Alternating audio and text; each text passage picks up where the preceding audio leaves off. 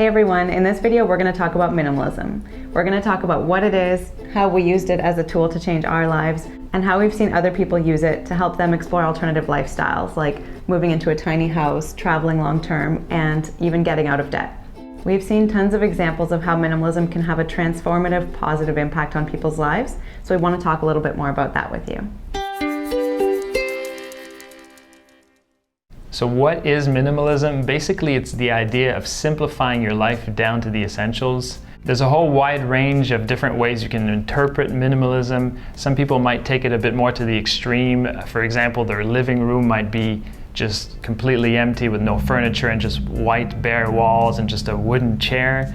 And then some people might not necessarily appear to be minimalists, but they've still applied the concepts and ideas to their lifestyle.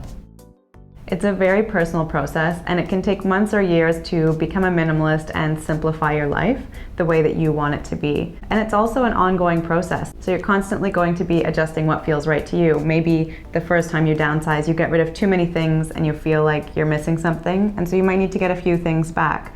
It's a constantly evolving way of life, and you just need to listen to yourself and do what feels right. So if we dig a little bit deeper into what minimalism is, there's basically three parts of your life that it can apply to. So the first one and the most common is your physical space. So how cluttered is your living space? And the idea is to really think and look at the objects and the things that you own and figure out what is essential, what's bringing value to your life, what you need and what you don't need. And then downsizing and getting rid of that extra stuff that's basically just cluttering your life. And a really important part of downsizing is not just getting rid of stuff, but also making sure that you don't keep bringing in new things into your life. So whenever you're thinking of bringing in something, buying something new, ask yourself, is this absolutely necessary? Am I going to use this? Is it going to add value to my life? And asking yourself those questions can really help you maintain your minimalist space. The second part of your life that minimalism can really have an impact on is just your everyday life and your time. It's really common these days for people, ourselves included, to fill our days with work and social media and activities and hangouts, and it can get really overwhelming really quickly if we don't manage that. And so whenever we start to feel overwhelmed, one of the things we do is we try to minimize our schedule and make sure that we're prioritizing the most important parts of our lives. And sometimes that means saying no to things that are not at the top of our priority list.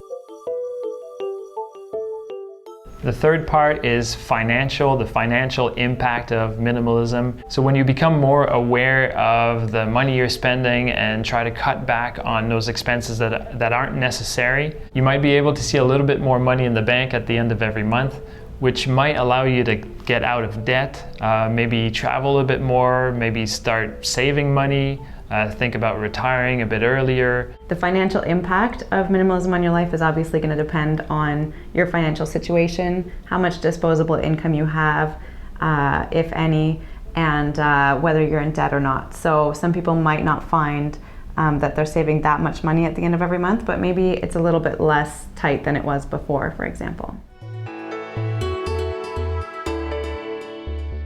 We've been minimalists for 5 years now. Before that, we were not minimalists at all. We had a 4-bedroom house that was stuffed with stuff.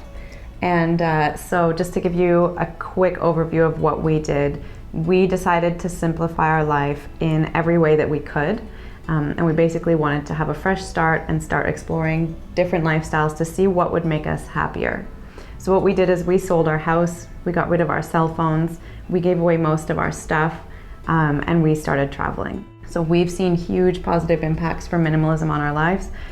Sometimes we own more stuff, sometimes we own less. It's a constant process, and it really depends on what we're up to. And also what's interesting is that, like you mentioned, we met a lot of people living all sorts of alternative lifestyles, and pretty much the common denominator is that all of them started by becoming minimalists, by downsizing and simplifying their lives.